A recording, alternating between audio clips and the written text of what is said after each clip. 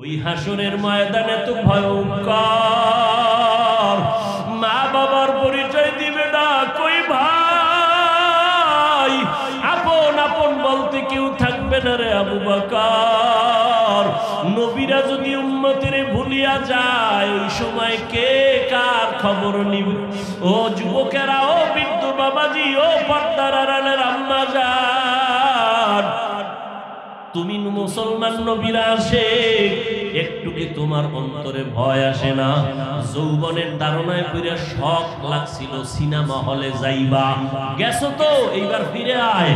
মনে শখ লাগছিল বন্ধু বান্ধবী নিয়া পার্কে যাবি, কতবার গেছো, এবার ফিরে আয়, তওবা কর, আমার মাওলার কাছে তওবা কর। দুনিয়াতে সূর্যের গরম সহ্য করা যায় না, মশার কামড় সহ্য করা যায় না। ওরে গুনাহ নিয়া যদি কবরে যাও, জাহান্নামের আগুন, দুই পার্শ্বের মাটির চাপ সহ্য করতে পারবি না রে বাবা। তোমার মতো যুবক জীবনে মাদ্রাসায় পড়ে নাই, জেনারেল লাইনে পড়া, টাকায় দেখো স্কুল কলেজে পড়ে, এক বেলার নামাজও বাদ দেয় না। নাই, তুমি কেন পারবা না রে বাবা? তোমার আমার মতো যুবক র‍্যাব, আর্মি, পুলিশ, বিডিআরের চাকরি করে, নামাজ ছাড়ে না। তোমার অন্তরকে জিজ্ঞাসা করো, তুমি কেন পারো না? তোমার মতো কত বান্দা ব্যবসা করে, হালাল খায় হারাম খায় না, নামাজ ছাড়ে না, তুমি কেন পারবা না? তোমার মতো বান্দা ড্রাইভারি করে, নামাজ ছাড়ে না, তুমি কেন পারবা না? আল্লাহর কাছে তওবা করো। ও পর্দার আড়ালের আম্মা জানেরা, আপনারা নবীদের মা, সাহাবায়ে কেরামদের মা, আপনারা আয়েশা রাদিয়াল্লাহু আনহার মতো বরকতের নারী, আপনারা খাদিজা রাদিয়াল্লাহু আনহার মতো মর্যাদাবান নারী, আপনারা হাফেজে কোরআনের মা। এই যে একটা বাচ্চাকে এখানে পাগড়ি দিলাম, 13 মাসে কোরআন হাফেজ হিফজ করেছে, মাত্র 13 মাসে পুরো কোরআন মুখস্থ করেছে একটা বাচ্চা। আজকে পাগড়ি পরাইলাম, ওর আব্বা আম্মার কপালটা কতই যে ধন্য। ওর মা বাবাকে কিয়ামতের ময়দানে আল্লাহ ডাকাবেন, এই ছেলেটাকে বলবে, এই বান্দা একটু কোরআন পড়, আমি মাওলা নিজের কুদরতের আওয়াজে শুনবো। বাচ্চা তুই কোরআন পড়বি, একতলা বিল্ডিং এ উঠবি, আর এক আয়াত পড়বি, আর একতলা উঠবি, লিফট লাগবে না। তবে আয় তুই একা যাবি না, 10 জন গুনাহগার জাহান্নামীকে সুপারিশ কর, কোরআনের বরকত আমি তোরে অনুমতি দিব, তারাও জান্নাতে যাবে। তোর আব্বা আম্মাকে ডাক, আমি আল্লাহ নূরের টুপি তাদের মাথায় পরায় দিব। ও এলাকার মা বোনেরা, মনে কি চায় না একজন আলেমের মা হয়ে কবরে যাবেন, একজন আদর্শবান সন্তান নামাজির মা হয়ে কবরে যাবেন, একজন কোরআনের হাফেজের মা হয়ে কবরে যাবেন। ও বৃদ্ধ বাবাজি, পেছনে যত অপরাধ করেছেন এখনো সময় আছে, তওবা করেন। জান্নাতের টিকিট পাইছেন 10 জন সাহাবা, এর মধ্যে আপনারা জানেননি প্রথম সিরিয়ালে কে? আবু বকর, দ্বিতীয় ওমর, তৃতীয় ওসমান, চতুর্থ হযরত আলী রাদিয়াল্লাহু আনহুম আজমাইন। ওই আবু বকর জান্নাতের টিকিট পাইছেন। আবু বকরের মর্যাদা কত সারা রাত বয়ান করলে শেষ করা যাবে না। সমস্ত সাহাবায়ে কেরাম, সমস্ত মুমিনদের আমল এক পাল্লায় দিল, আবু বকরের আমলের পাল্লা ভারী হয়ে যাবে। ওই আবু বকর, নবী বলেন, আমি রাতের গভীরে হঠাৎ করে হুজরার মধ্যে শুনি কান্নার আওয়াজ আসতেছে। রাতের গভীরে কে কান্না করে? মসজিদে নববী পাশেই তো আমার রুম। আমি মসজিদে নববীর মধ্যে উকি মেরে দেখলাম আবু বকর নামাজে দাঁড়ায় দাঁড়ায় কান্না করতেছেন। আমি বের হয়ে গেলাম, নামাজ শেষ হয়ে গেল। আমি জিজ্ঞেস করলাম, আবু বকর নামাজের মধ্যে কাঁদলেন কেন? আবু বকর বলে, কোরআন শরীফের একটা আয়াত আমারে কান্না করাইলো, ইন্নাল্লাহ আশতারা মিনাল মুমিনিনা আনফুসাহুম ওয়া আমওয়ালাহুম বিআন্না লাহুমুল জান্নাহ। আল্লাহ কি কয় আয়াতে? মুমিনের জানমাল নিয়ে নিছি, বিনিময় মুমিনের জান্নাত দিয়ে দিছি। আল্লাহর নবীকে এটা তো খুশির কথা, এর তো কান্নার কিছু নাই। আবু বকর বলে, নবী আপনি জানেন আমি কাপড়ের ব্যবসা করি। আজ সকালবেলা একজন মহিলা আমার দোকান থেকে বহুদিন আগের নেওয়া কাপড় ফিরাইয়া টাকা নিয়ে গেছে। আমি জিজ্ঞাসা করলাম, আম্মা জান আমার দোকানের কাপড় নিয়ে গেলেন, ফিরিয়ে দিলেন কেন? বলে, আপনার দোকানের কাপড় আমার পছন্দ হয় নাই। আমার ভয় শুরু হয়ে গেছে, হাসরের ময়দানের ভয়ঙ্করের কথা আপনিই বলেছেন যে এতটা ভয়ঙ্কর হবে, নবীদের কোনো গুনাহ নাই, সেই নবীরা পর্যন্ত নাফসি নাফসি বলে কান্না করবেন। এই যে মাঠে বসা আছেন আপনারা, পুরা জমিনটা হবে কিয়ামতের মাঠ। এরে নবীর উম্মতের দল, ওই সময় কেমন ভয়ঙ্কর অবস্থা হলে নবীরা পর্যন্ত উম্মতের বলিয়া নাফসি নাফসি বলে কান্না করবেন। আল্লাহ তাআলা রব্বুল আলামিন কাহরিয়াতের আওয়াজ দিবেন, হাসরের ময়দানটা থরথর করে কেঁপে উঠবে, জাহান্নামের আওয়াজ, সূর্যের গরম, নারী আর পুরুষ সব দাঁড়াবে উলঙ্গ। ওই সময় নবীরা যাদের গুনাহ নাই তারা যদি নাফসি নাফসি বলে কান্না করেন, কি উপায় হবে সেদিন?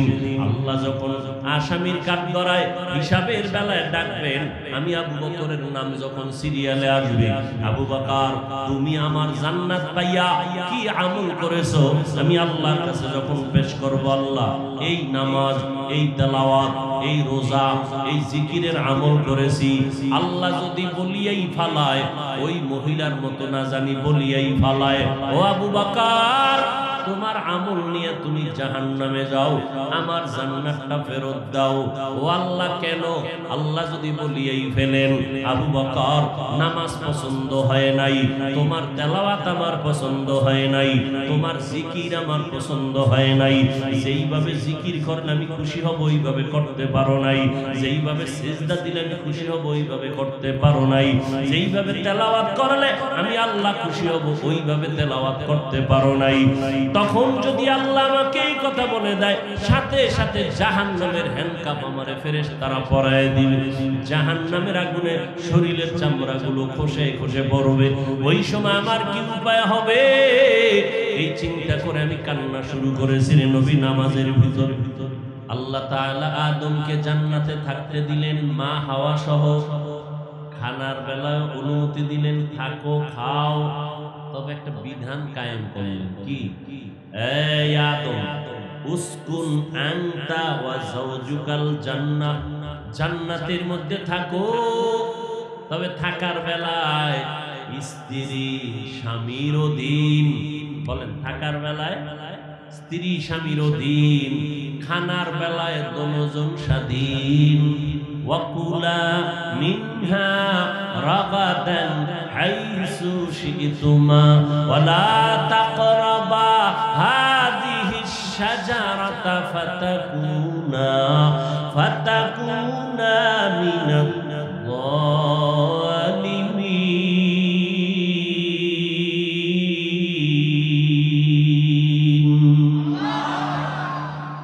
থাকার বেলায় সব স্ত্রীগণ স্বামীর অধীন, কারণ আমার আল্লাহ মানুষের ভিতরে ফিতনা চান না। আল্লাহ তাআলা সমাজের ভিতরে শান্তি চান, ব্যক্তি জীবনে শান্তি চান। আল্লাহ ঝগড়া পছন্দ করেন না। এই জন্য আল্লাহ কোরআনে বারবার আয়াত দিয়া কয়, নবী মুমিনের বলেন কাফেরের সাথেও যেন খারাপ ব্যবহার না করে, করলে ঝগড়া কমবে না বাড়বে। কুল্লি ইবাদি ইয়াকুলুল্লাতি ইয়া আহসান, ও নবী মুমিনদের বলেন কাফেরের সাথেও যেন খারাপ আচরণ না করে, কারণ ইন্নাশ শাইতানা ইয়ানজাগু বাইনাহুম, শয়তান দুই দলের মধ্যে থাইকা ঝগড়া লাগায় দিবে, লাগাইয়া কাফেরের উপকার হবে, মুমিনের ক্ষতি হয়ে যাবে বেশি। কারণ মুমিন অনর্থক কথা বললেও ঝামেলা, হিসাব দিতে হবে আল্লাহর দরবারে। ইমাম গাযালি বিশ্ববরেণ্য দার্শনিক বলেন, মান কাসুরা কালামুহু কাসুরা খাতাউহু, আমান কাসুরা খাতাউহু মাতা কলবুহু, আমান মাতা কলবুহু দাখালান নার। যারা বেশি কথা বলে, কথায় বেশি ভুল হয়, যাদের কথায় বেশি ভুল হয়, ভুল কথা বলতে বলতে অন্তর মরে যায়, যাদের অন্তর মরে যায়, মরা অন্তরওয়ালারা জাহান্নামী। মরা অন্তরওয়ালারা তাহলে জান্নাতি কারা? বলেন, মরা অন্তরওয়ালারা জাহান্নামী হলে জান্নাতি কারা? জিন্দা অন্তর। এখন অন্তর কখন মরা কখন জিন্দা এ খবরই তো নেই। কখন অন্তর মরা থাকে আর কখন জিন্দা থাকে। পয়গম্বর বলেন, قال النبي صلى الله عليه وآله وسلم لا يقعد আলা ইন্না ফিল জাসাদি মুদগাহ ইযা সালুহাত সালুহাল জাসাদু কুল্লু ওয়া ইযা ফাসাদাত ফাসাদাল জাসাদু কুল্লু আলা ওয়া হিয়াল কলব আও কামা ক্বালান নবী আলাইহিস সালাতু ওয়াস সালাম। পয়গম্বর বলেন, সাবধান হে উম্মতেরা, তোমাদের মধ্যে একটা গোশতের টুকরা আছে আলাদা, এটার সাথে বডির কোন অংশের সাথে কোনো মিল নাই, রঙে ঢঙে ডিজাইনে কোনো মিল নাই। ওই গোশতের টুকরার নাম হলো কলব। কি নাম? কলব। নবী বলেন, এই গোশতের টুকরা যদি ভালো হয়, ফুল বডি ভালো, ওই মানুষটাই ভালো, তার চরিত্র ভালো। আর যদি গোশতের টুকরাটা খারাপ হয়, ফুল মানুষটাই খারাপ, ফুল বডিটাই খারাপ, চরিত্রটাই খারাপ। এবার কেমনে ওই গোশতের টুকরা ভালো হয় আর খারাপ হয়? ওই গোশতের টুকরার নাম হলো কলব। কখন খারাপ হয় ভালো হয়? নবী অন্য হাদিসে বলেন, ও মুমিন, ভালো করে শুনে নাও। ক্বালান নবী সাল্লাল্লাহু আলাইহি ওয়া আলিহি ওয়া সাল্লাম, মা মিন মাউলুদিন ইল্লা ইউলাদু আলাল ফিতরা ফাআবাওয়াহু ইউহাউবিদানিহি আও ইউনাসসিরানিহি আও ইউমাজ্জিসানিহি ইলা আখিরিল হাদিস। পয়গম্বর বলেন, মানুষ যখন দুনিয়াতে ভূমিষ্ঠ হয়, তার অন্তরের মধ্যে ঈমানের আলো নিয়ে জন্ম নেয়। হিন্দুর সন্তানটাও ঈমানের আলো নিয়ে আসে, খ্রিস্টানের সন্তানটাও ঈমানের আলো নিয়ে আসে। নাবালেগ অবস্থায় মরে গেলে জান্নাতি। কিন্তু নবী বলেন, সাবধান, ওই ঈমানের আলোওয়ালা অন্তরটাকে খারাপ বানায় মা বাবা, ইহুদি বানায় মা বাবা, মূর্তি পূজারি বানায় মা বাবা, খ্রিস্টান বানায় মা বাবা, অগ্নি পূজারি বানায় মা বাবা। কেমনে বানায় দেখছেন নি? ছেলেটা কান্না করে, মেয়েটা কান্না করে, থামানোর জন্য বাজার থেকে পুতুল কিনে আনছে। পুতুল কিনে এনেছে, বাচ্চা পুতুল দেখে। আর এখন তো গজবের মোবাইল, ঘরে ঘরে মোবাইলের মধ্যে কার্টুন লাগায়া দাও, এইভাবে খেলা দিয়ে দাও, নাচ গান দিয়ে দাও, বাচ্চা দেখে কান্না বন্ধ। আল্লাহর কসম করে বলি, ও আল্লাহর বান্দারা, আমগো হুজুরদের যত বাচ্চা আছে না নেই, কান্না করে না? করে না? আজ পর্যন্ত তো কোনো হুজুর পুতুল কিনা দেয় নাই। আল্লাহর শুকর, মোবাইল আছে ঠিকই, কার্টুন তো দেওয়া লাগে নাই। বাচ্চাটারে বেশি কান্না করলে একটু দরুদ শরীফ পড়ে ফু দিলেই সাথে সাথে কান্না বন্ধ হয়ে যায়। হর কে বাশত আমিলে সাল্লাল্লাহু মুদাম আতেশে দোজখ শাওয়াত পরওয়ায়ে হারাম। দরুদকে পুঁজি বানান। আজকে থেকে পাক্কা নিয়ত করেন, রসুলের আসে কমপক্ষে প্রতিদিন 100 বার দরুদ শরীফ পড়ব ইনশাআল্লাহ। বড় সময় কম, সময় যদি কম থাকে বিনা ওযুতে পড়বেন, ওযু করে পড়বেন। বেশি টাইমটা কখন? আমি অনুরোধ করে বলবো, বিছানায় যখন শুইতে যাবেন তখন শোয়ার আগে বসে বসে পড়বেন, 100 বার পড়বেন। টাইম বেশি লাগবে না, লম্বা সময় না থাকলে ছোট আকারে পড়বেন। সাল্লাল্লাহু আলাইহি ওয়া আলিহি ওয়া সাল্লাম, সাল্লাল্লাহু আলাইহি ওয়া আলিহি ওয়া সাল্লাম, সাল্লাল্লাহু আলাইহি ওয়া আলিহি ওয়া সাল্লাম। পয়গম্বর বলেন, জমিনের মধ্যে এর মতো কৃপণার কেউ নাই যে নবীর নামে দরুদ পড়ে না। এতটুকু শব্দ পড়বেন, একবার পড়বেন, 3টা পুরস্কার। একবার সাল্লাল্লাহু আলাইহি ওয়া আলিহি ওয়া সাল্লাম, একবার পড়বেন, 3টা পুরস্কার জাগায়। 1 নাম্বার 10টা গুনাহ মাফ হয়ে যাবে। নাম্বার 2 10টা নেক যোগ হবে। নাম্বার 3 আল্লাহর দরবারে আপনার মর্যাদা 10 গুণ বেড়ে যাবে। আরো জোরে বলেন। हर के दारत खौफे हक दर दिल मदम जन्नतुल मावा देहत पूरा मकाम। প্রত্যেক স্বামী স্ত্রী থাকার বেলায় স্ত্রী স্বামীর অধীন, কারণ আল্লাহ ঝগড়া চান না, দ্বন্দ্ব চান না, কলহ চান না। যদি আল্লাহ স্বাধীন করে দিতেন, গরিব বেচারা একটা মেয়েকে বিয়ে করছে ধনী, এরকম হয় না? হয় না? ধনীর মেয়ে আইসা বলবে, এই ফকিন্নি, তোমার ঘরে আমি ভাঙ্গা বেড়া দিয়া থাকবো না, আমার বাবার বিল্ডিং আছে, টাইলস করা ঘর আছে, আমাকে ওই বিল্ডিং করে দাও। জীবনেও ওই মেয়েটাকে কোনো স্বামী রাখা সম্ভব হবে? আল্লাহ পরাধীন করে দিলেন। স্ত্রী স্বামী যেইভাবে থাকবে তুমি ওইভাবে থাকো, এর মধ্যে বরকত হবে। তবে খানার বেলায় পরাধীনতা আল্লাহ দেন নাই, খানার বেলায় স্বাধীন করে দিয়েছেন। ও স্বামী তোমার মনে যা চায় খাও, স্ত্রী তোমার মনে যা চায় খাও। স্ত্রী খাইব ভর্তা, স্বামীকে আমার ভর্তা মজা লাগে না, আমি খাবো ডাউল দিয়া। তাহলে এক একজনের রুচি একরকম। আল্লাহ কয় বাধ্য করে দেই নাই। যদি স্বামী যেটা খাইতো স্ত্রীর ওটা খাইতে বাধ্য করা হতো, ফিতনা শুরু হতো, সংসার ভেঙ্গে যেত। আল্লাহ জোড়া লাগাইতে চান, ভাঙতে চান। এই জন্য আলেমরাও উম্মতকে জোড়া লাগাইতে চায়, দ্বন্দ্বে দিতে চান না। আলেমরাও মানুষকে আল্লাহর সাথে মিলাই দিতে চায়, উলামায়ে কেরাম মানুষকে আল্লাহর মহব্বতের সাথে মিলাইতে চায়, রসুলের রঙে রঙিন করতে চায়। এই জন্য ফিতনা করে না, ঝগড়া করে না, ঝগড়া কমিয়া যায় যাতে সেই বয়ান করে। হ্যাঁ, কিছু কিছু মানুষ অজ্ঞতা মূর্খতার কারণে উল্টা পাল্টা করে, শুধুমাত্র পেটের দান্দা দুনিয়ার স্বার্থের কারণে পড়ে। আল্লাহ হেদায়েত দান করুন। আল্লাহ তাআলা নিষেধ করলেন স্বাধীন থাকার বেলায় স্ত্রী স্বামীর অধীন, খানার বেলায় দুজন স্বাধীন। তবে দুজনকে একটা বিধান দিলাম, ওই গাছের কিনারায় যাইবা না, ফল খাইবা তো দূরের কথা। বলে গাছটা কি কাটাওয়ালা কয় না, ফেরেশ। ফলটা কি বিষ কয় না, সুস্বাদু ফল। নিষেধ কেন? আল্লাহ তাআলা আদম সহ আওলাদে আদমের বিধান দিয়া দিলেন কিয়ামত পর্যন্ত খানা পাইলেই খাবি না, আগে দেখবি আমার মাওলার অনুমোদন আসেনি। অনুমোদন থাকলে খাবি, অনুমোদন থাকলে খাবি না। যুক্তি তর্কবাদ কোনো যুক্তি দিও না। সুদ হারাম, ব্যবসা হালাল, যুক্তি দিয়া সুদ তুমি হালাল বানানোর চেষ্টা করবা না। আল্লাহর আইন স্পষ্ট, কোরআনের চালাকি করবা। আদম নবী একটু ধোকায় পড়ে গেলেন, আম্মা জান হাওয়া আলাইহিস সালাম সহ আল্লাহ তাআলা দুনিয়ায় পাঠায় দিলেন।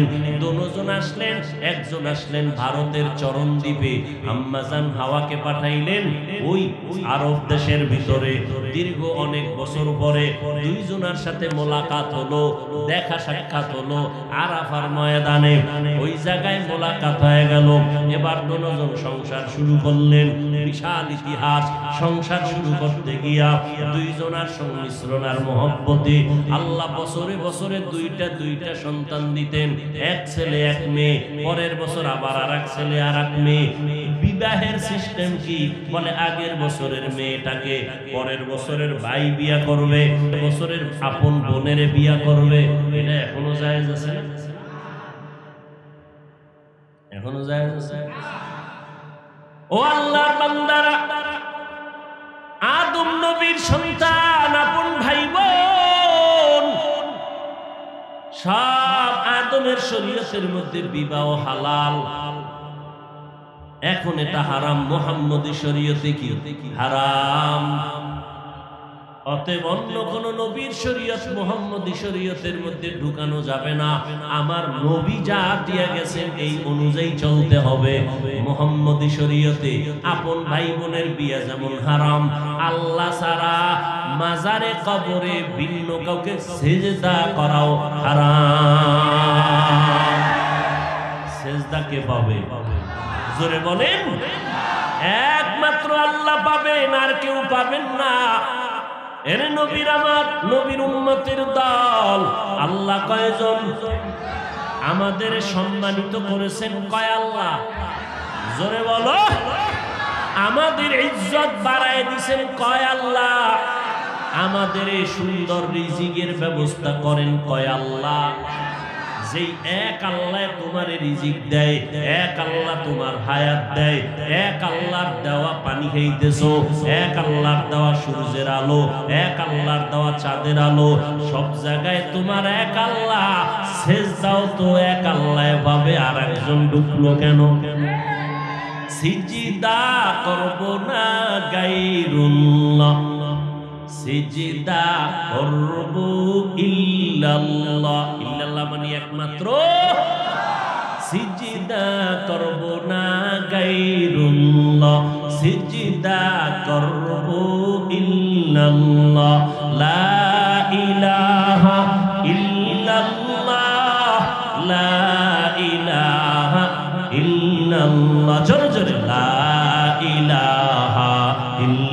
ইল্লাল্লাহ লা ইলাহা ইল্লাল্লাহ আসমান জমিন গায়রুল্লাহ। গায়রুল্লাহ বুঝেননি কি? আল্লাহ না, আল্লাহ আল্লাহ কয়জন? আসমান জমিন গায়রুল্লাহ নবী ওলি গায়রুল্লাহ বাজার মাজার গায়রুল্লাহ লা ইলাহা ইল্লাল্লাহ লা ইলাহা ইল্লাল্লাহ লা ইলাহা ইল্লাল্লাহ লা ইলাহা ইল্লাল্লাহ লা ইলাহা ইল্লাল্লাহ সিজদা করব না গায়রুল্লাহ সিজদা করব ইল্লাল্লাহ।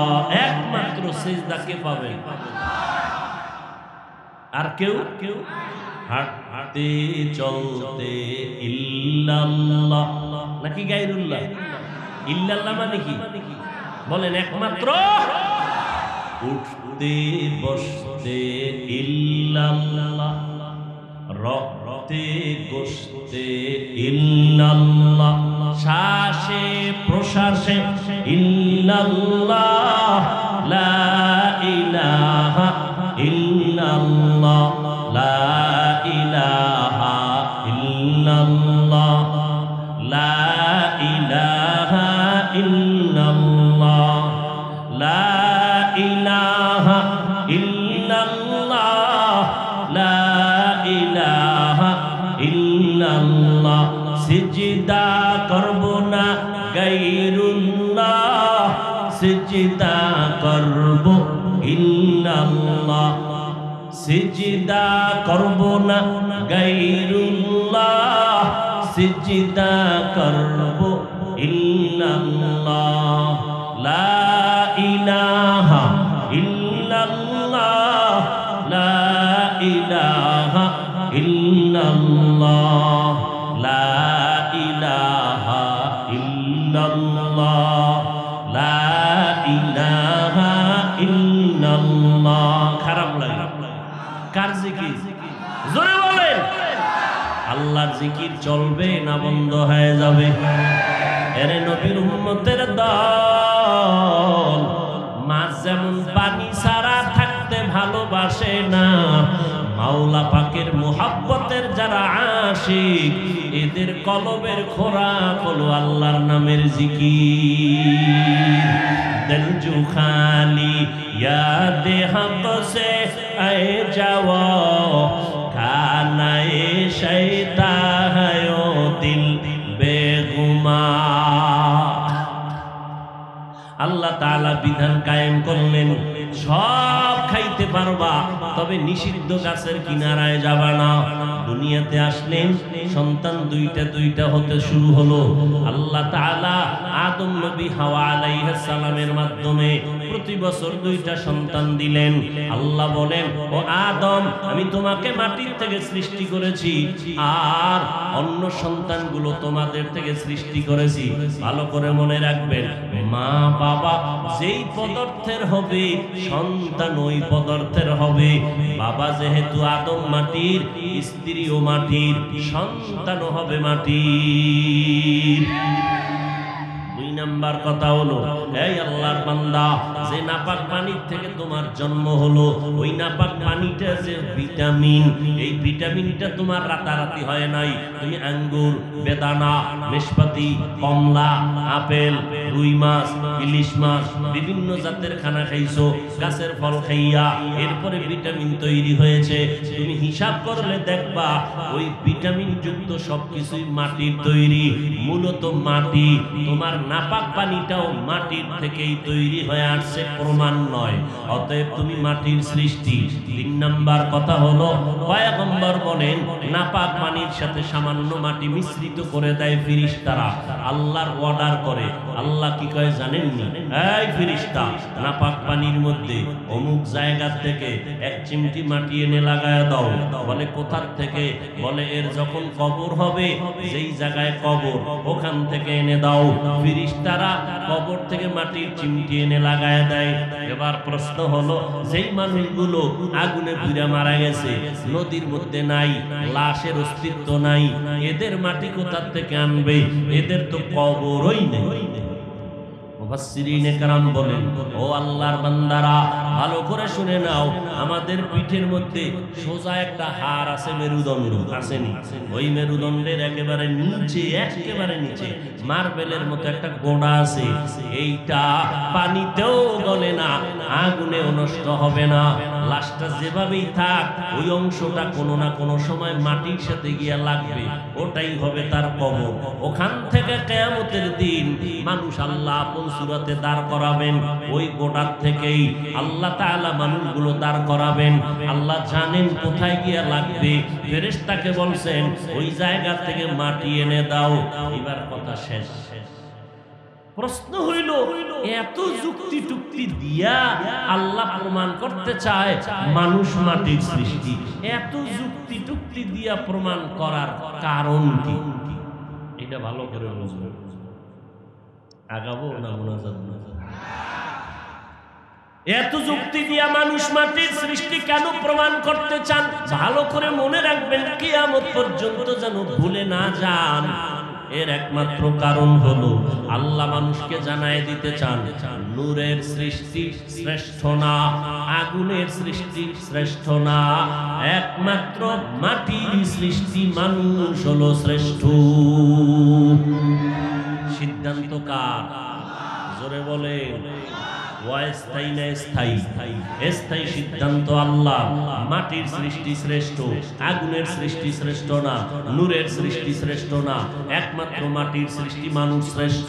এজন্য আল্লাহ তাআলা নূরের সৃষ্টিকে বললেন মাটির সৃষ্টিরে সিজদা কর। কথা বল না কেন?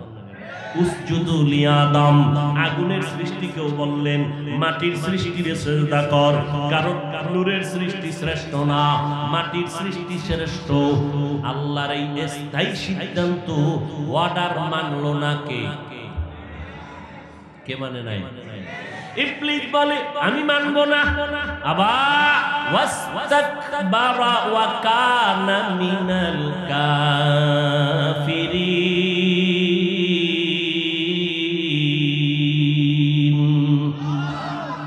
বাংলাদেশে ঘুম আসেনি? ঘুম এটা গজবের মোবাইলে ঘুম নিয়ে গেছে না? রাত্র ৩টার সময় লেফের ভিতরে বাতি জ্বলে, মা কয় কেউ ঘুমাস না, কয় মোরা কাবায় আছে। কথা ঠিক নেই? নিমক হারাম, আল্লাহর দুশমন। সারাটা রাত্র মোবাইলের স্ক্রিনে তাকায় কবিরা গুনাহ করো, কবিরা গুনাহ করে করে সারা রাত কাটাও, ঘুমাও না। আর রজের ভেন্ডেলা এলে কিরমিরি তোমাকে ডিস্টার্ব করে, মাথা গরম হয়ে যায়, কেমন উঠা ভাগবা। মোনাজাত তো কপালে নাই, কারণ যদি কবুল হয় কপাল পরার, মোনাজাতটাও কপালে না। অথচ নিশ্চিত রাসূল বলেছেন এতগুলো মানুষ একজনের আমিন কবুল তো মজলিসের সবার আমিন কবুল। কপাল পরা ছাড়া এই বরকতি মোনাজাত না দিয়ে যেতে পারে। ঘুমে ধরলে বোঝা যায় তো 12টা বাজে ঘুমামু, ঘুম আছে বাংলাদেশ। গজবের মোবাইল ধ্বংস করেছে। স্ত্রীও একদিকে মোবাইল, স্বামী আর একদিকে মোবাইল, কারোর সাথে কারো কানেকশন নেই, সম্পর্ক ভাটা, সন্তানের সাথেও নাই। ওনারে মোবাইল দিয়ে এরপরে স্বামী স্ত্রী যার যার আড্ডায় আছে, বাচ্চাগুলোর মোবাইল দিয়ে বসায় রাখছে। 6 বছর বাচ্চার বয়স, আব্বুও কয় না আম্মুও। সেদিন একজন আইছে দোয়ার জন্য, কি দোয়া করে, সন্তান কথাই কইতে পারে। কি মোবাইলের গজবে লাগাই দিছো? ওই মোবাইলের দিকে তাকাইছিল, কোনদিন ওই মোবাইলে আব্বু আম্মু শিখায় নাই, ও শেখে। মানে মোবাইলের গজব লাগলে এটা তো কুফরি কালাম, আমরা তাবিজে চলছে। এই মোবাইলের তাবিজ আগুন দিতে হবে, না হয় এই তাবিজ আমগো ফুটে যাবে। আপনি চিন্তা করতে পারেন কোন একটা দিক আছে যে ক্ষতি করে নাই মোবাইল? লেখাপড়া শেষ, ধ্বংস করে দিছে লেখাপড়া, চরিত্র শেষ। মা বাবার সাথে সন্তানের আদব আখলাক সব শেষ। বুঝেন না? একজন সালাম দিতেও চিন্তা করে হুজুরের সামনে আটটা বাড়াইলে কি জানি বেদবি, আর মোবাইলে কান্দে হাত তুলে দিচ্ছে, কাঁধে হাত দিছে, সালাম সালাম কি দিবে, ফট করে কান্দে হাত দিছে, আমার দিয়ে কয় হুজুরের দিকে তাকান, একটু হাসেন আপনারা। ওরে জুতা দিয়ে ভিড়াইলেও তো মনের ঝাল দূর হয় না। ও কত বড় বেয়াদবি করেছে। এক তো ছবি তোলা হাত, ফট করে সালাম নাই কালাম নাই, কান্দের উপর হাত দিয়ে হুজুরের দিকে। এই যে গজব। মসজিদের মধ্যে যাই দেখছেন অবস্থা, আল্লাহর ঘর, এখানে দুনিয়াবি কথা বলা হারাম, হ্যাঁ মোবাইল চালায় চালায়, চিন্তা করে নামাজের 5 মিনিট বাকি, সময় কাটানো কেন মোবাইল মোবাইল। আর আগের দিনে কাটাইতেন কেমনে? টাইম আছে, নফল তাহিয়াতুল ওযু, দুখুলুল মসজিদ পড়ো, নফল নফল। আর এখন হুজুরেরাই একদল মাঠে নামছে, আদা জল খাইয়া নফল লাগে না, নফল লাগে না, জুমার আগে সুন্নত লাগে না। মানে মানুষগুলোকে কোন দিকে যে নিতে চায় মানুষে জানতে চাইছে সুন্নত লাগে না, নফল লাগে না। নবী সারাটা রাত নফল পড়তে পড়তে পা মোবারক খুলে গেছে। আমনে ফট করে এই দায়িত্ব আপনার কে দিল? উম্মতের বলবেন নফল লাগে না, সুন্নত লাগে না, তো কি লাগে? টুপি লাগে না, দাড়ি লাগে কি? কিছুই লাগে না, মেসওয়াক লাগে না, দস্তরখান লাগে না। পরে কইব নবীরও লাগে না, নবী কইব তোর মতো বেদ্যবেরও আমার লাগে না।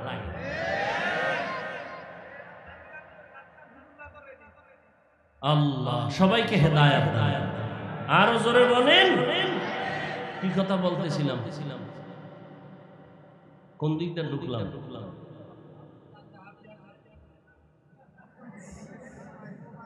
সব ভুলে গেছি। ঘুমানের পেরেশানি তো নাই, কিন্তু এখানে বসে থাকলে সওয়াব হবে না গুনাহ হবে? আপনি চুপচাপ বসে থাকলেও ফেরেশতারা নেক লিখতেই থাকবে। আর মোনাজাতটা দিয়ে যদি যাইতে পারেন, একজনের আমিন কবুল তো সবার আমিন কবুল হয়ে যায়। আল্লাহ কবুল করুন। দোয়া খাস্তাম বদরগাহে লাহি, হায়াতু দৌলাতু ইলমু দরাজি, ইয়া ইলাহি মুঝসে মুঝকো দূর কর, তাকে দেখো মুঝমে তুঝকো এক নজর। আল্লাহ তাআলা বুঝাইতে চাইলেন মানুষ হলো শ্রেষ্ঠ, মানে না ইবলিস। গায়ের জোরে মানে নাই, বলার এমন না যুক্তির ব্যানারে অস্বীকার করেছে। গায়ের জোরে কইছে, যুক্তি দিয়া বলছে আল্লাহ আমার যুক্তিতে মিলে না। খালাকতানি মিন নারিন ওয়া খালাকতাহু মিন তিন, আমারে বানাইছেন আগুন দিয়া, আদম বানাইছেন মাটি। আগুনের গতি উপরে, মাটির গতি নিচে। সিজদা তো আদম আমারে করবে, আমি আদমরে করব, এটা কেমন যুক্তি? আল্লাহ কয় যুক্তি ঠিকই আছে, কিন্তু মালিকের আর গোলামের সম্পর্ক যুক্তি দিয়া নয়। আমি তোর মালিক, তুই আমার গোলাম, এখানে যুক্তি চলবে না, আমার অর্ডার মেনে নিতে হবে। বুঝে আসো কার? তুমি কোরআন বুঝো আর না বুঝো, কোরআন মানো, কোরআন পড়ো, কোরআন দেখো, সওয়াব। এই ফতুয়া দিও না যে অর্থ না যাই না পড়লে কোরআন লাভ হবে না। এই ফতুয়া যারা দেয় তারা ভণ্ড। মাওলার কথা কুদরত সব বুঝে আসবে কি? বুঝে আসবে? মাওলার কুদরত ভিন্ন জিনিস। আল্লাহ মাঝে মাঝে কুদরত দেখাবে, এটা অস্বাভাবিক। আল্লাহ তাআলা দেখায় ফেলবেন। এটাকে নবীদের বেলায় কোন অস্বাভাবিক কিছু হলে বলে মুআজিজা, আউলিয়ায়ে কেরাম আহলুল্লাহদের বেলায় হলে হয় কারামত। আল্লাহ এটা কুদরতি ভাবে দেখায়, এটা পীরের কোন নিজস্ব কোন পাওয়ার নেই। ভাইরা আমার, আল্লাহ তাআলা মাটির সৃষ্টি মানুষকে সৃষ্টির শ্রেষ্ঠ মর্যাদা দান করেছেন। সারা দুনিয়ার মধ্যে সমস্ত মাখলুকাতের ভিতরে মানুষ হলো শ্রেষ্ঠ। কথা ঠিক নেই? এখন আমাকে নবীরে লই একটা টানাটানি চলে, চলে না? নবীরে কই ঢুকাইবেন? আগুনের ভিতরে না নূরের ভিতরে না মাটির ভিতরে? এবার চিন্তা ভাবনা করবেন 1 বছরের আগে না, 1 বছর চিন্তা করবেন। চিন্তা করার আগে ভাগরি করবেন, টুপি পরবেন, 5 ওয়াক্ত নামাজ জামাতে পড়বেন, 100 বার ডেইলি দরুদ শরীফ পড়বেন, এইভাবে আমল করবেন 1 বছর। এরপরে জবাব নিবেন। যদি টুপি না পরেন, নবীর সুন্নতে দাড়ি না রাখেন, নামাজ না পড়েন, পর্দা না করেন, আপনার জানার কোনো অধিকারই নাই নবী কোন লাইনে। আপনার অধিকার নেই, আপনার রাসূলের দুশমন। আপনার অধিকার কি? আপনি রাসূলের দুশমন। আমার রাসূলের আদর্শের মধ্যে চুল কাটার নিয়ম নাই কি? বান্দরের মতো, ইন্দুরের মতো। তো তুমি রাসূলেরটা বাদ দিয়া বেঈমানের পা চাটো কেন? বেঈমানরা আমার রাসূলের আদর্শ দেখে কালেমা পড়ে, আর তুমি মুসলমান রাসূলের আশেক হয়ে বেঈমানেরটা অনুসরণ করো কেন? আমার রাসূলের আদর্শের সামনে পৃথিবীর সমস্ত পণ্ডিত মনীষী সারেন্ডার হয়ে গেছে, কারণ আমার রাসূলের আদর্শ পাক আর সবার আদর্শ না পাক। আব্রাহাম লিঙ্কন আদর্শ দিয়া ব্যর্থ, মাও সেতুন আদর্শ দিল ব্যর্থ, লেনিন আদর্শ দিল ব্যর্থ, কালমাস আদর্শ দিল ব্যর্থ, বেলেটো আদর্শ দিল ব্যর্থ। কিয়ামত পর্যন্ত রহমতের নবীর আদর্শের কারণেই এই জমিনটা কামিয়াবির দরজায় চলে যাবে। নবী চ্যালেঞ্জ দিয়ে গেছেন, চ্যালেঞ্জ। কোরআন আর আমার সুন্নাত যারা ধরে রাখবা তাদের সম্মান কোনোদিন নষ্ট হবে না, ইজ্জত নষ্ট হবে না। আজও গোটা দুনিয়ার ভিতরে বেঈমান মুসলমানের উপর আক্রমণ করে, আবার মুনাফিকরাও তাল মিলায়। এরপর নজর করে দেখেন, আল্লাহর শুকর, যাদের মধ্যে কোরআন আছে, নবীর আদর্শ আছে, এদের মতো সম্মানে বর্তমানেও দুনিয়াতে কেউ নাই। বৃষ্টি, মানুষ বৈশা রয়েছে, চেয়ারম্যান সাহেব যদি চাইতেন, কোন কোটিপতি চাইতেন 500 টাকা করে দিব, তোমরা বইও সবাই 2 ঘন্টা আমি ওয়াজ করবো, তোমার টাকা তুমি নিয়ে ঘুমাও, তোমার ওয়াজ শোনার আমগো টাইম নেই কি? ঠিক না? এরপরও যদি কেউ রাজিও হইতেন, তাহলে নিয়ম কি? আপ ডাউন গাড়ি পাঠাও, ভাড়া টাড়া দেওয়া যাবে না, গাড়ি পাঠায় দিছে, আইসা হাজির। এই তের ভাল বসার জন্য ভিআইপি চেয়ার, ঠিক নেই? ফাঁকে ফাঁকে নাস্তা, নাইলে চেয়ারের বাড়ি। কিন্তু তাকাইয়া দেখেন, এত বিশাল ময়দান, হাজার হাজার মদিনার আশিক পকেটের টাকা ব্যয় করে আসছে, গাড়ি ভাড়া নিয়ে আসছে, কেউ একটা টাকা দেয় নাই। বসার জন্য ভিআইপি কোনো ব্যবস্থা নাই। যেই থাক ক্লাসের বিছনা দিছে, কেউ আবার জুতা নিচে দিয়া বসছে, ময়লাওয়ালা কার্পেট, ত্রেপাল। দুনিয়ার কোন সামান্যতম গরিবের বিয়ার অনুষ্ঠানেও যদি এগুলো দেয়, কি পরিমাণ জুতা খাবে। অথচ এখানে এসে বসার পরে কে আলেম, কে মূর্খ, কে ধনী, কে গরিব একাকার হয়ে বসে গেছে, কারো অন্তরে কোনো কষ্ট নাই। নাস্তা চাইছি নাকি? নাস্তা দিবেনি কমিটি? নাস্তা দিবেও না। সবাই যদি বলি ভাই ক্ষুধা তো লাগছে, কারণ হালকা পাতলা তো লাগছে, কতক্ষণ থাকবেন ক্ষুধা নিয়া? বলে ক্ষুধার গুল্লি মারি। আপনি যদি বয়ান করেন, সারা রাত্র বসায় রাখলে আমরা রাজি। আর লাগে ওয়াজ, এগুলো চিন্তা করলেই তো হেদায়েত হয়। কিন্তু কপাল খারাপ, 13 বছর নবীরে দেখছে আবু জাহাল, এরপরও কালেমা হাতের মুষ্টির মধ্যে পাথর নিয়ে কয়, মোহাম্মদ বলতে পারলে এক্ষুনি কালেমা বলেন। নবীকে আমি বলতে পারি না। কেন পারো না? আমি গাইবের মালিক না। গাইবের মালিক কে? আল্লাহ। এবার আবু জাহিল্লার নবী কয়, তাহলে আমি যদিও পারি না, তবে আমি একটু সাউন্ড দেই। এই হাতের মুষ্টিতে যা আসো, একটু আওয়াজ দে তো। নবীজির বরকতি জবানে যখনই বলছেন, সাথে সাথে পাথরগুলো মুষ্টির মধ্যে বৈশা কালেমায়ে শাহাদাত পড়তে শুরু করলো। গুনগুন করে আওয়াজ আসতেছে। আবু জাহিল্লা পাথরগুলো মাটির মধ্যে ফালায় কয়, মুহাম্মদ বড় জাদুকর। কপালে হেদায়াত।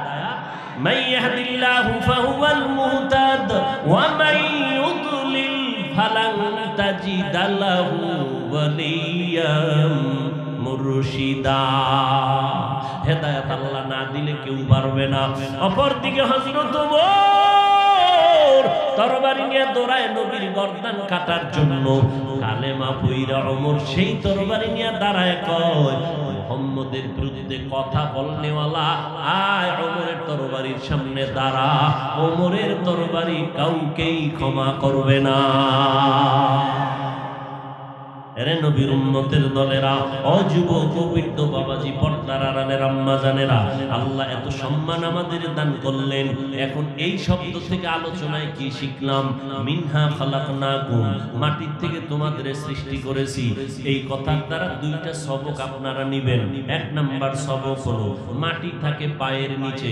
ও বান্দা, তোরে মাটির থেকে বানাইয়া পায়ের নিচে রাখি নাই, বরং সমস্ত সৃষ্টি জগতের উপরে মর্যাদা বাড়ায় দিছি। এক নাম্বার সবক নে। নাম্বার দুই, এখন তুই উপরের মর্যাদা পাইয়া আমি আমি ভাব দেখাস না, তাহলে কিন্তু আবার মাটির নিচেই চলে যাবি। সুম্মা রাদাদনাহু আসফালা সাফিলিন, খবরদার অহংকারী ভাব দেখাবি না।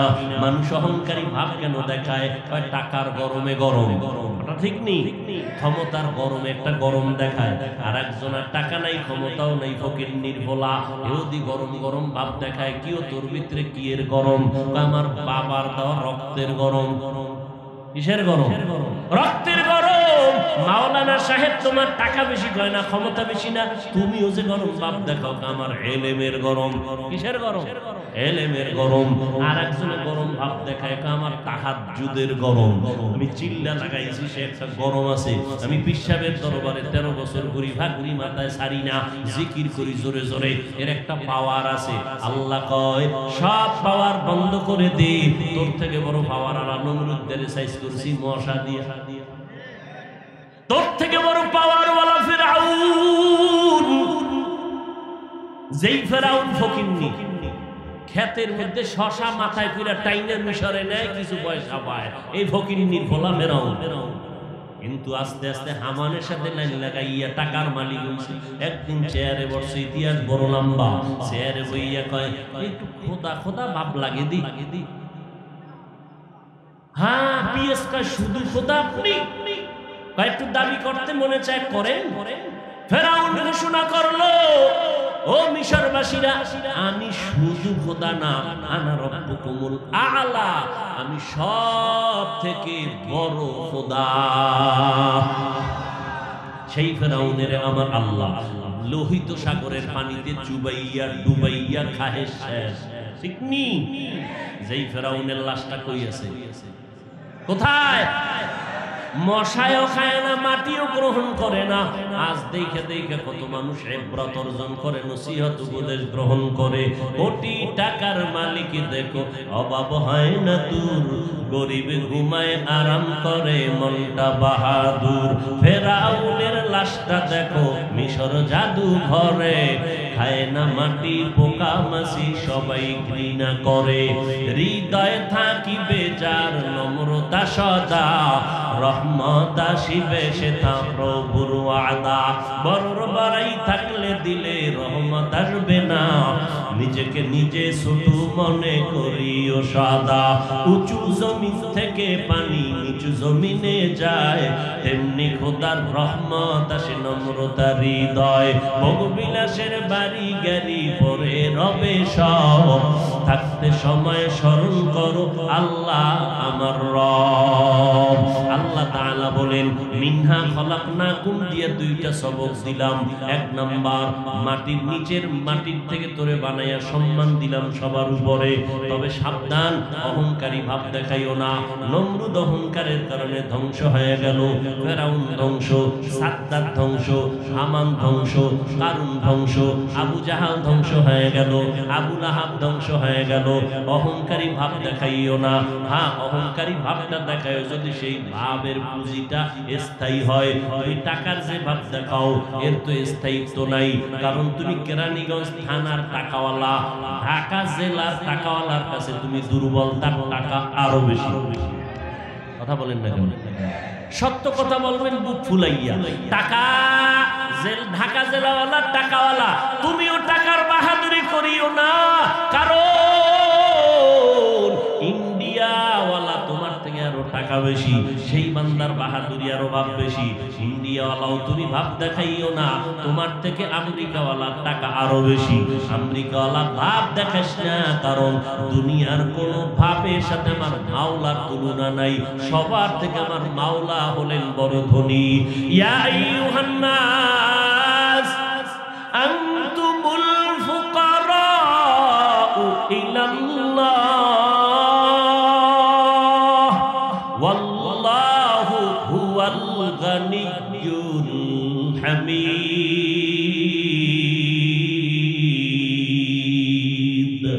गर तवक्कुल मी कुनी हर सुबह शाम मेरा सनद रिज़्क़े तू अज़ला मकाम जुज़बा हक़ी ज़े मखाद इंसुजा फज़ले उ आमस्ते दर जुमला जहां। টাকাওয়ালার টাকার বাহাদুরি জিনিস। ও ক্ষমতাওয়ালা, তোমার পাওয়ারের থেকে আমেরিকার পাওয়ার বেশি, রাশিয়ার পাওয়ার কম না। আল্লাহ পাক বলেন, এ দুনিয়ার বান্দা, সবার থেকে আমি মাওলার পাওয়ার আরো বেশি। করোনা দিয়া সব মাথা নত করে দিলাম। পাওয়ারওয়ালারাও কয় আসমানের পাওয়ার ছাড়া জমিনের পাওয়ার নাই। ঢাকার শহরে যমুনা গ্রুপের মালিক কত টাকার মালিক, করোনায় যখন ধরিয়েই ফেললো, বলে আমাকে স্পেশাল ফ্লাইটে সিঙ্গাপুরে নাও। ডাক্তারেরা কত হাজার কোটি টাকা চাও, নেও, আমারে সুস্থতার সাথে ফিরাইয়া দাও। টাকা পড়ে রইল, যমুনা গ্রুপের সব বিলাসের আরামায়েশের যন্ত্র পড়ে রইল। সাদা কাফন পরে কবরে চলে গেল। খোঁজ নিয়ে দেখো, মনে হয় তার সন্তানেরা বছরে দুই একবার ছাড়াও স্মরণ করে না। একবার করে মৃত্যুবার্ষিকী, গরু জবাই করবে, উট দুম্বা জবাই করবে। এটা আব্বা জান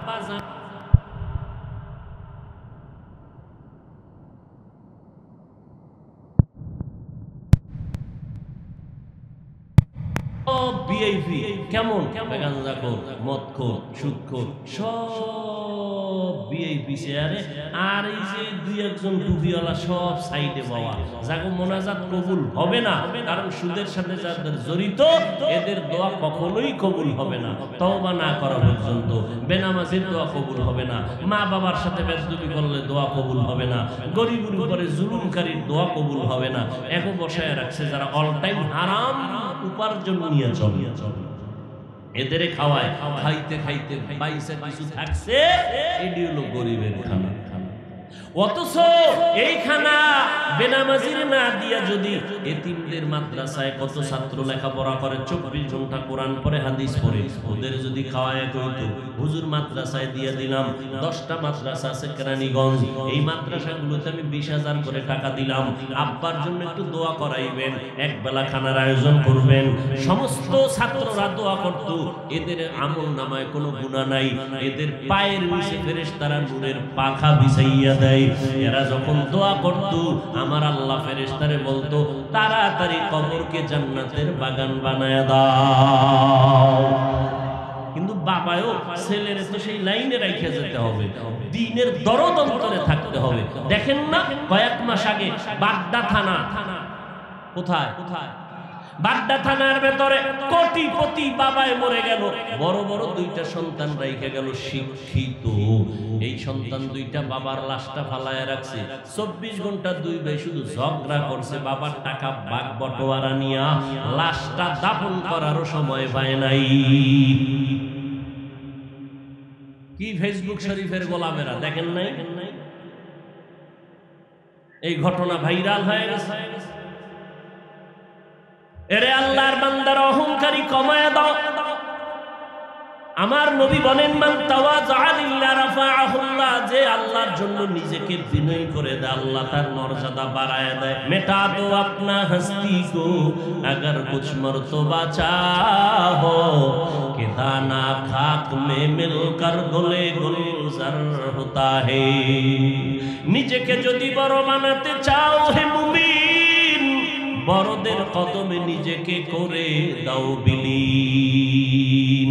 খুদবা খুদ কা মিলনা শুদ মাওলায়ে রুম তা গোলামে শামসু তবরি না সুদ। বড় রাজমিস্ত্রি হইতে চাইলে বড় রাজমিস্ত্রির পিছনে সময় লাগাও, বড় অভিজ্ঞ ডাক্তার হতে চাইলে অভিজ্ঞ ডাক্তারের পিছনে সময় লাগাও। বান্দা তুমি বড় ইঞ্জিনিয়ার যদি হতে চাও, লেখাপড়া সার্টিফিকেট যথেষ্ট না, অভিজ্ঞ ইঞ্জিনিয়ারের পিছনে সময় লাগাও। আখিরাতের লাইনে যদি নিজেকে ধন্য বানাইতে চাও, আখিরাতের লাইনের ধন্য যারা তারা আউলিয়া, তারা ওলি, তারা আহলুল্লাহ, এদের সাথে সময় লাগাও। দেখবা কষ্টি পাথরের মতো তোমার মর্যাদা বেড়ে যাবে, আল্লাহর কাছে মর্যাদা বেড়ে যাবে, আল্লাহর দুনিয়াওয়ালাদের কাছেও মর্যাদা বাড়ায় দিবেন। দুনিয়া কিছুই না রে বাবা। আজকে আমি বক্তা হইয়া বয়ান করি কত ভাব, আপনি ডাক্তার কত ভাব, আপনি ইঞ্জিনিয়ার কত ভাব। আল্লাহ কয় নজর করে দেখ, আমি বক্তা হই না কেন, ডাক্তার হই না কেন, যেদিন সাদা কাফনে ডুববি সেদিন বল ভাব কোথায় যাবে। বক্তাগিরিরও 3 কাফন, ইঞ্জিনিয়ারেরও 3 কাফন, শ্রোতাদেরও 3 কাফন, রিক্সা ড্রাইভারেরও 3 কাফন, কোটিপতিরও 3 কাফন, এমপি সাহেবেরও 3 কাফন। কাফনের উপরে লেখা আছে নাকি এটা এমপি সাহেবের লাশ, এটা রিক্সাওয়ালার লাশ। ভেদাভেদ নাই, সব এক। কবরের সাইজ হবে এক। ওই কবরে মাটি দিয়া বিদায় দিয়া পাড়ায় পাড়ায় দিয়া বিদায় হবে। প্রশ্ন 3টা হবে, রবের পরিচয় দাও, ধর্মের পরিচয় দাও, রাহমাতুল লিল আলামিনের পরিচয় দাও। এই যুবক, যৌবনের পাওয়ার দেখাও না। তোর দাদার পাওয়ার আছিল না, এখন লাঠি ছাড়া লড়তে পারে না, উঠতে পারে না, বসতে পারে না। তোর আব্বা জান দিন দিন আমাকে একটা জবাব দে, এত ভন্ডি হুজুর গো মাথায় কোনো গিলুই নাই, আমাকে একটা জবাব দে তো। বাপের বেটা হয়ে থাকলে একই পাতিলায় রান্না হচ্ছে ভাত তরকারি, একই আগুন, একই মশলা, একই হাত, মায়ের হাতে রান্না হচ্ছে একই তরকারি, একই মশলা, একই ভাত। আব্বা খায়, আম্মা খায়, আমার বোন খায়, আমি খাই, আমার ভাই বোনেরা দিন দিন হই শক্তিশালী, আব্বা আম্মা প্রতিদিন হয় দুর্বল। কারণটা কি বল? এই যুবক, যৌবনের মাস্তানি করো, বল এই প্রশ্নের জবাব দে। একই খানা আব্বাও খায়, আম্মাও খায়, আমরাও খাই, আব্বা আম্মা প্রতিদিন হয় দুর্বল, রোগ হয়, আমরা হই সব। মাওলার কুদরত বলবি না, কারণ তোরা মাওলারে মানো না, তোরা বলবি এটা বলবো আমরা। তুমি যুক্তি ছাড়া কিছু বুঝো না, যুক্তি দাও। অতএব বান্দা একটু চিন্তা করো, আল্লাহ তাআলা পশুকে আকল দেয় না ভালো মন্দ যাচাই করার, আল্লাহ মানুষকে দিয়েছেন। একটু চিন্তা কর। ও যুবক, পাও 2টা আগায় দিলে পায়ে হাত রেখে বল, এই যৌবন চিরদিন থাকবে না রে যুবক।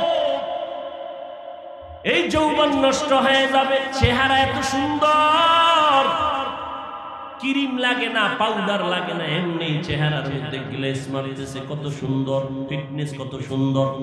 কিন্তু এগুলো দিন দিন ধ্বংস হয়ে যাবে। ওই কাফনে ঢুকার পরে কে ধনী, কে গরিব, কে আলেম, কে মূর্খ, কে এমপি, কে মন্ত্রী, ভেদাভেদ নাই। কবরে রাখার পর নবী বলেন সবার বেলায় প্রশ্ন 3টা, রবের পরিচয় দাও, ধর্মের পরিচয় দাও, রাহমাতুল লিল আলামিনের পরিচয় দাও।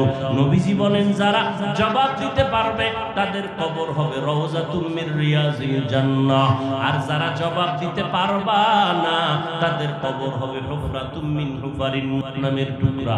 এখন ওই কবরের 3টা প্রশ্নের জবাব কারা দিতে পারবে? আমরা হুজুরেরা দেওয়ার কোনো গ্যারান্টি নাই। যদি গ্যারান্টি পাইতো, জান্নাতের টিকিট পাইছেন 10 জন সাহাবা। এর মধ্যে আপনারা জানেননি প্রথম সিরিয়ালে কে? আবু বকর, দ্বিতীয় ওমর, তৃতীয় ওসমান, চতুর্থ হযরত আলী রাদিয়াল্লাহু আনহুম আজমাইন। ওই আবু বকর জান্নাতের টিকিট পাইছেন। আবু বকরের মর্যাদা কত সারা রাত বয়ান করলে শেষ করা যাবে না। সমস্ত সাহাবায়ে কেরাম, সমস্ত মুমিনদের আমল এক পাল্লায় দিল, আবু বকরের আমলের পাল্লা ভারী হয়ে যাবে। ওই আবু বকর, নবী বলেন আমি রাতের গভীরে হঠাৎ করে হুজরার মধ্যে শুনি কান্নার আওয়াজ আসতেছে। রাতের গভীরে কে কান্না করে? মসজিদে নববী নববীর পাশেই তো আমার রুম। আমি মসজিদে নববীর মধ্যে উকি মেরে দেখলাম আবু বকর নামাজে দাঁড়ায় দাঁড়ায় কান্না করতেছেন। আমি বের হয়ে গেলাম, নামাজ শেষ হয়ে গেল। আমি জিজ্ঞেস করলাম, আবু বকর নামাজের মধ্যে কাঁদলেন কেন? আবু বকর বলে, কোরআন শরীফের একটা আয়াত আমারে কান্না করাইলো, ইন্নাল্লাহ হাশতারা মিনাল মুমিনিনা আনফুসাহুম ওয়া আমওয়ালাহুম বিআন্না লাহুমুল জান্নাহ। আল্লাহ কি কয় আয়াতে? মুমিনের জান মাল নিয়ে নিছি, বিনিময়ে মুমিনের জান্নাত দিয়ে দিছি। আল্লাহর নবীকে এটা তো খুশির কথা, এ তো কান্নার কিছু নাই। আবু বকর বলে, নবী আপনি জানেন আমি কাপড়ের ব্যবসা করি। আজ সকালবেলা একজন মহিলা আমার দোকান থেকে বহুদিন আগের নেওয়া কাপড় ফিরাইয়া টাকা নিয়ে গেছে। আমি জিজ্ঞাসা করলাম, আম্মা জান আমার দোকানের কাপড় নিয়ে গেলেন, ফিরিয়ে দিলেন কেন? বলে, আপনার দোকানের কাপড় আমার পছন্দ হয় নাই। আমার ভয় শুরু হয়ে গেছে, হাসরের ময়দানের ভয়ঙ্করের কথা আপনি বলেছেন যে এতটা ভয়ঙ্কর হবে, নবীদের কোনো গুনাহ নাই, সেই নবীরা পর্যন্ত নাফসি নাফসি বলে কান্না করবেন। এই যে মাঠে বসা আছেন আপনারা, পুরা জমিনটা হবে কিয়ামতের মাঠ। এর নবীর উম্মতের দল ওই সময় কেমন ভয়ঙ্কর অবস্থা হলে নবীরা পর্যন্ত উম্মতের বলিয়া নাফসি নাফসি বলে কান্না করবেন। আল্লাহ তাআলা রব্বুল আলামিন কাহরিয়াতের আওয়াজ দিবেন, হাসরের ময়দানটা থরথর করে কেঁপে উঠবে। জাহান্নামের আওয়াজ, সূর্যের গরম, নারী আর পুরুষ সব দাঁড়াবে উলঙ্গ। ওই সময় নবীরা যাদের গুনাহ নাই তারা যদি নাফসি নাফসি বলে কান্না করেন, কি উপায় হবে সেদিন?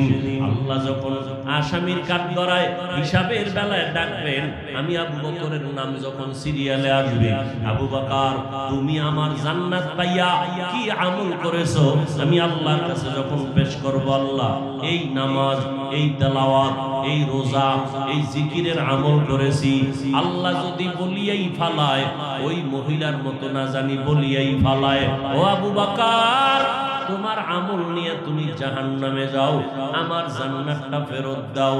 ও আল্লাহ কেন? আল্লাহ যদি বলিয়াই ফেলেন, আবু বকর নামাজ পছন্দ হয় নাই, তোমার তেলাওয়াত আমার পছন্দ হয় নাই, তোমার জিকির আমার পছন্দ হয় নাই, যেইভাবে জিকির করেন আমি খুশি হব ওইভাবে করতে পারো নাই, যেইভাবে সিজদা দিলে আমি খুশি হব ওইভাবে করতে পারো নাই, যেইভাবে তেলাওয়াত করলে আমি আল্লাহ খুশি হব ওইভাবে তেলাওয়াত করতে পারো নাই। তখন যদি আল্লাহ আমাকে এই কথা বলে দেয়, সাথে সাথে জাহান্নামের হ্যান্ডকাপ আমারে ফেরেশতারা পরায় দিবে, জাহান্নামের আগুনে শরীরের চামড়াগুলো খসে খসে পড়বে। ওই সময় আমার কি উপায় হবে? এই চিন্তা করে আমি কান্না শুরু করেছি নবী নামাজের ভিতরে। মায়ার নবীও কান্না শুরু করলেন। আবু বকর ঠিকই ওই হাসরের ময়দানে তো ভয়ঙ্কর,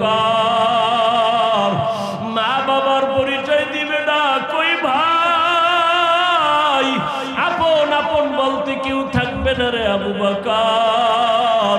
নবীরা যদি উম্মতের ভুলিয়া যায়, ওই সময় কে কার খবর নিবে? ও যুবকেরা, ও বৃদ্ধ বাবাজি, ও পর্দার আড়ালের আম্মা জান, তুমি মুসলমান নবীরা আসে, একটু কি তোমার অন্তরে ভয় আসে না? যৌবনের ধারণায় পড়ে শখ লাগছিল সিনেমা হলে যাইবা, গেছো তো এইবার ফিরে আয়। মনে শখ লাগছিল বন্ধু বান্ধবী নিয়া পার্কে যাবি, কতবার গেছো, এবার ফিরে আয়, তওবা কর, আমার মাওলার কাছে তওবা কর। দুনিয়াতে সূর্যের গরম সহ্য করা যায় না, মশার কামড় সহ্য করা যায় না, ওরে গুনাহ নিয়া যদি কবরে যাও, জাহান্নামের আগুন, দুই পার্শ্বের মাটির চাপ সহ্য করতে পারবি না রে বাবা। তোমার মতো যুবক জীবনে মাদ্রাসায় পড়ে নাই, জেনারেল লাইনে পড়া, টাকায় দেখো স্কুল কলেজে পড়ে, এক বেলার নামাজও বাদ দেয় না, নাই তুমি কেন পারবা না রে বাবা? তোমার আমার মতো যুবক র্যাব আর্মি পুলিশ কুরিয়ারের চাকরি করে নামাজ ছাড়ে না, তোমার অন্তরকে জিজ্ঞাসা করো তুমি কেন পারো না? তোমার মতো কত বান্দা ব্যবসা করে হালাল খায় হারাম খায় না, নামাজ ছাড়ে না, তুমি কেন পারবা না? তোমার মতো বান্দা ড্রাইভারি করে নামাজ ছাড়ে না, তুমি কেন পারবা না? আল্লাহর কাছে তওবা করো। ও পর্দার আড়ালের আম্মা জানেরা, আপনারা নবীদের মা, সাহাবায়ে কেরামদের মা, আপনারা আয়েশা রাদিয়াল্লাহু আনহার মতো বরকতের নারী, আপনারা খাদিজা রাদিয়াল্লাহু আনহার মতো মর্যাদাবান নারী, আপনারা হাফেজে কোরআনের মা।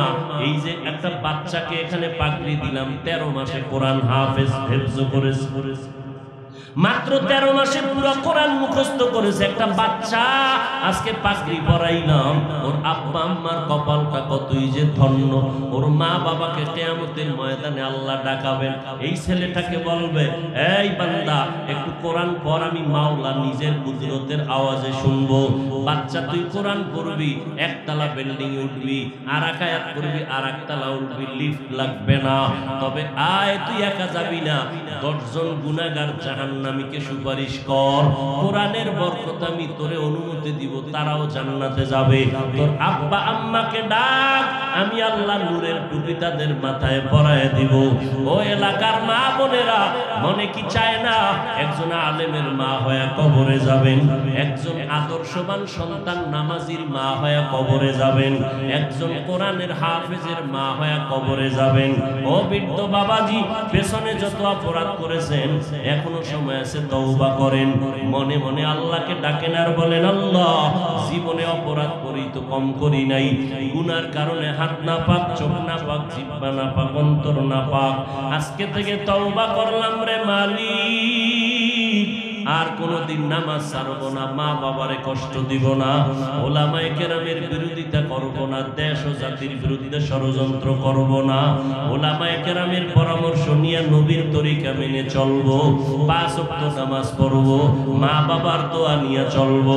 তওবা করার মতো যদি নসিব হয়, তওবা করার মতো যদি অন্তর তৈরি হয়, আবু জাহালের মতো যদি অন্তর শক্ত না থাকে, ওমরের মতো যদি অন্তর তৈরি হয়, মুনাফিকি যদি না থাকে, যে মরিয়া গেলে যাব, হায়াতের মালিক আল্লাহ, মৌতের মালিক আল্লাহ, আর নবীর বিরোধিতা করব না, আল্লাহর বিধান লঙ্ঘন করব না, ওলামায়ে কেরামের বিরুদ্ধাচরণ করব না, গীবত শিকায়াত করে গুনাহগার হব না, মা বাবার দোয়া নিয়ে চলব।